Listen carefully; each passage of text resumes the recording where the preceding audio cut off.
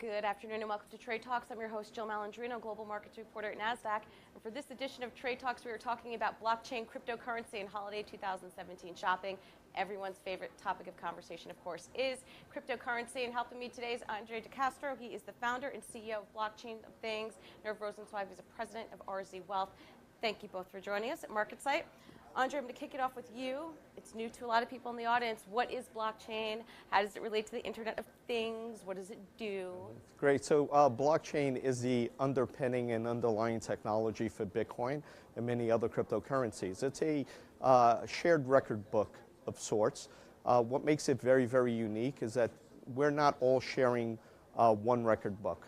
It's globally replicated to tens of thousands of computers throughout the world. So there's no one central authority. So now we can transact amongst each other directly without relying on a central authority. And that makes it very unique. Right, so what are the different ways you could use it then? Like security, for example, what are some of the other ways that it can be used? So blockchain technology through Bitcoin has been around for over 9 years, and it's proven itself to be one of the most secure infrastructures in the world.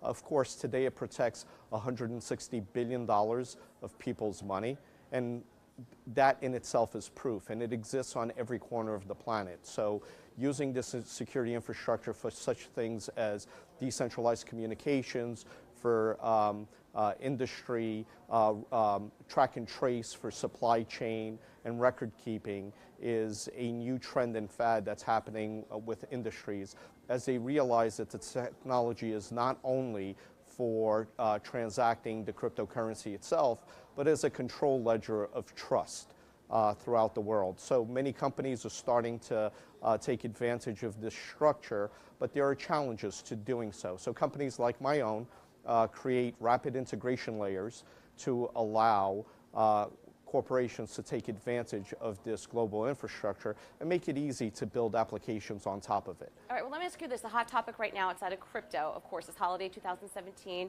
Can I take cryptocurrency and go shopping? How does that work? Yes, you can. There are many ways to do so. One way is that there are retailers, a lot of online retailers and a lot of brick and mortar shops that accept cryptocurrency directly. Mainly Bitcoin when we talk about cryptocurrency, which is what we would call the father of all cryptocurrencies. Right. However, to make it easier for a lot of consumers, a lot of the major exchanges also allow you to get debit cards, if you will. They're credit cards that once swiped at a retailer will deduct the cryptocurrency from your account. So that exists. There are many competing ones. I'm not going to endorse any one given one. So you can invest in cryptocurrency and easily access your money for shopping during the holidays or when you're in need. So it's very versatile these days. Well, Irv, let me ask you a question. I'm sure you get this all the time. How can investors participate in this technology? Speaking with Andre, I think there's a lot of avenues that you can participate in. I mean, the biggest problem right now is that we're on the front end. It's 9 years old, but we're still on the front end of it. A lot of the companies that are participating right now are leading the charge, so to speak, are the smaller companies. And as with many investments, people that get into the smaller companies, mostly on the venture capital side, people with the money, accredited investors, things of that nature.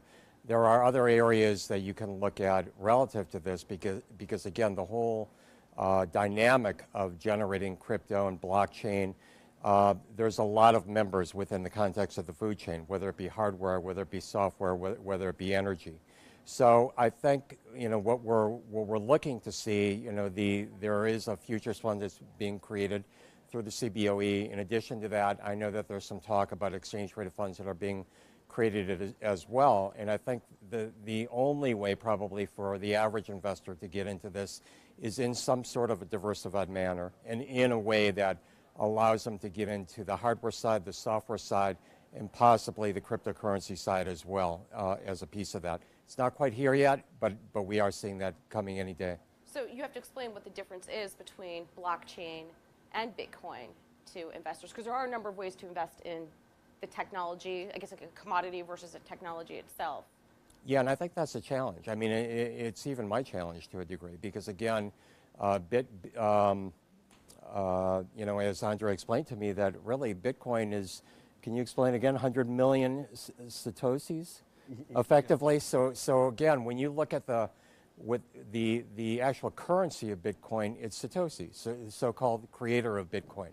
And to get a sense of what that represents, one Satoshi is 1/100th million of a Bitcoin. So it gives you, there's an even larger dynamic and even more confusion. But again, Bitcoin would be possibly either the security side of it, possibly a commodity side of it. It's undefined right now. The regulators are trying to get a piece of it in some degree, but right now it's somewhat undefined. So you have both the hardware infrastructure side as well as the commodity side of things. And that's basically, I guess, what the explanation would be. Andre, let's talk about ICOs, because you're starting to see startup companies use what's called token sales and ICOs for funding. First of all, what are they? And why do you think they're turning to these types of alternative ways to access the capital markets? Yeah, well, interesting. So I think that this is a new alternative class of investment. It's not going to go away. It's picking up steam more and more for obvious reasons.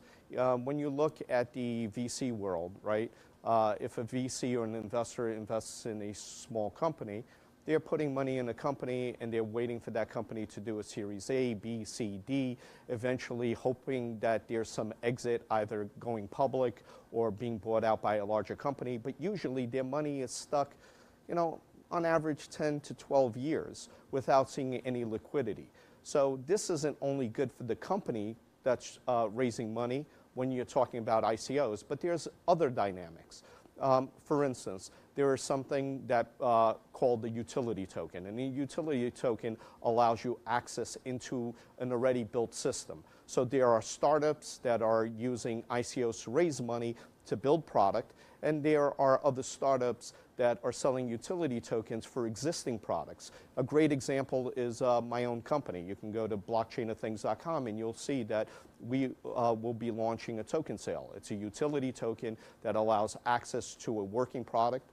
We're a company with not only working product, but customers in the United States. So we're not raising money to fund the building of the product, but rather selling a product or access, software license access to our product itself. So there are similarities in some ways, but it depends on the context of how it's being used. And I think we're going to see a lot of this with ICOs and token sales and how tokens are used, whether they're mapped to stocks and bonds or different commodities, or whether they're being used to leverage crowdfunding, or whether they're being used to leverage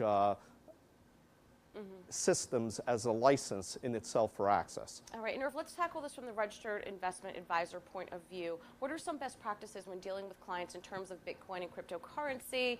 Is there sensitivity around the conversation? It sounds like it's in a bubble. When's it inappropriate? How do you handle all those issues? It's a difficult conversation, because as a fiduciary, there's just a lot that you can't do. If it's not transparent to you, if it doesn't make sense to you from a prudent man sense of things, which is how we're regulated in a fiduciary sense, it's something that we may not be able to recommend to a client. But again, I think there's different avenues. I think there's different angles that can approach and even participate in both crypto and blockchain. Relative to it being a bubble, just like any bubble, you don't know it was a bubble until after it burst. So I will tell you that I'm already seeing things, and Andre says this as well, that when you have an emerging asset class or even a trend, whether it be the dot-com era or whatever, and it's in its infancy, there's opportunity, but there's always risk, and there's always the opportunity that there's a cottage industry that's growing up to take advantage of some people. Right. So you have to take extreme care in really looking at this, having some level of transparency, talking to people like Andre or people that I know that are in the IT industry and things like that, and getting a better sense of it to really approach it.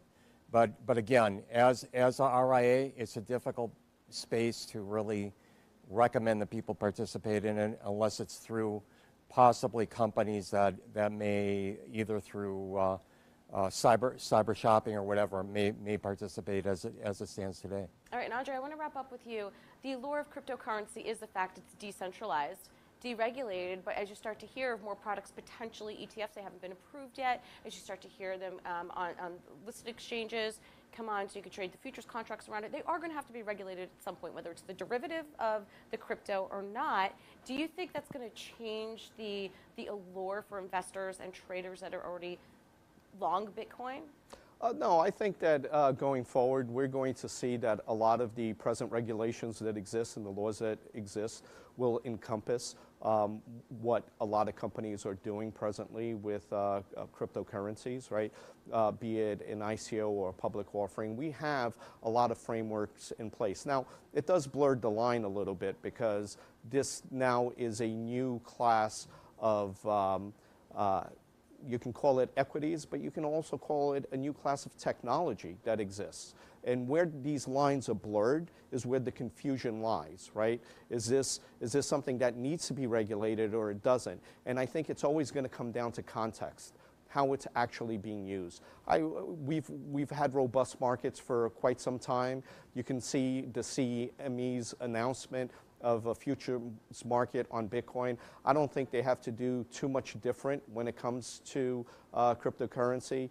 Maybe the management of the cryptocurrency on the back end a little bit, but for the most part, those markets are regulated. There's some confusion and there's more regulation going to come down the pipe, but for the most part, I think a lot of the regulations that exist today will be sort of retrofitted to this. All right. Well, thank you very much for joining us at MarketSite, as always.